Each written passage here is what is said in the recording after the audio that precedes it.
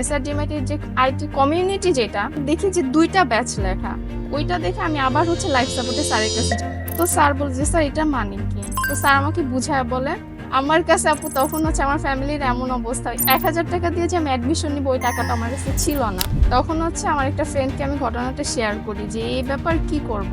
ও হচ্ছে নিজেই হচ্ছে বলতেছে তোমার ইমেল আইডিটা দাও, তুমি যেটা দিয়ে নিতে চাইতেছো। ও আমাকে ভর্তি করে দেয়। তখন সবাই আম্মুকে জিজ্ঞেস করতেছে তোমার মেয়ে কি করতেছে, এতগুলো টাকা পয়সা খরচ করে প্রাইভেট ইউনিভার্সিটি থেকে শেষ করলা, জব তো করতেছে না, হুদে এতগুলো টাকা শেষ করলা। পরে আমি বলছি আম্মু একটু ওয়েট করো, টাইম দাও, তুমি একদিন বলতে পারবা যে তোমার মেয়ে কিছু করতেছে, কিছু করতে হবে আমাকে, আমার বাবা মার জন্য হলো যেন তারা বলতে পারে। আপু আমি ওই যে 60 এবং 44 দুইটার ভিডিও হচ্ছে পাশাপাশি কন্টিনিউ করতাম, যে সকালে হচ্ছে আমার প্রতিদিন সকালে ঘুম থেকে উঠে কাজ হচ্ছে একটা টু ডু লিস্ট করা। আচ্ছা